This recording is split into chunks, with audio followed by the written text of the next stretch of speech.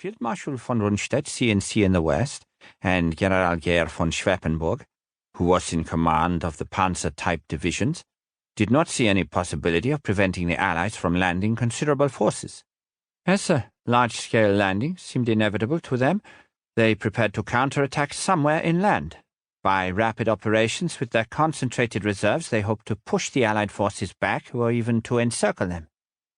Rommel's ideas were fundamentally influenced by the vast superiority of the Allied air arm. He was deeply impressed by the fact that in North Africa, a numerically inferior air force had kept him, with 80,000 men, nailed to the ground, as he expressed it, for 2 or 3 days.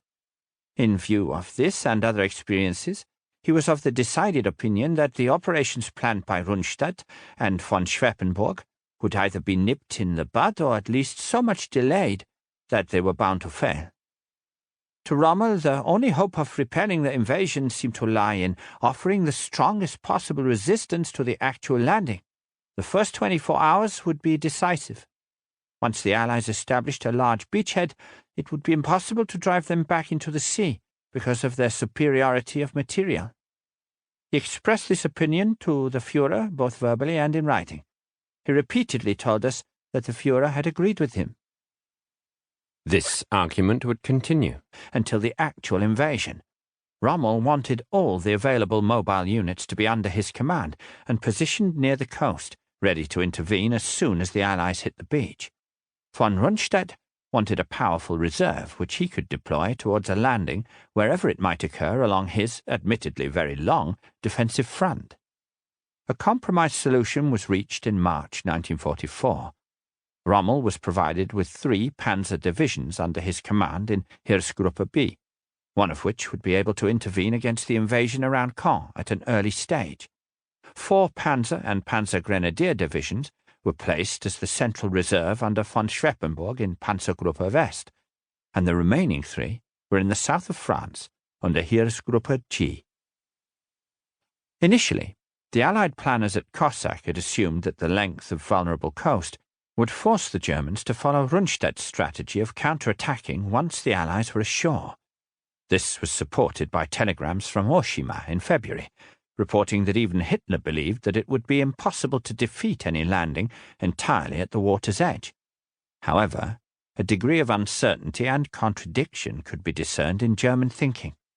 The contrasting coastal strategy was spelled out in a telegram sent from the Japanese military attaché in Vichy on 17th February and read at Bletchley. He claimed to have been briefed by von Rundstedt's chief of staff as follows. Primary objective of German defences in Holland, Belgium and France is to hold firmly on the coast. Strategic aim, therefore, is to destroy the Allies on the sea and on the beaches, if that be impossible to destroy them in areas as near the coast as possible.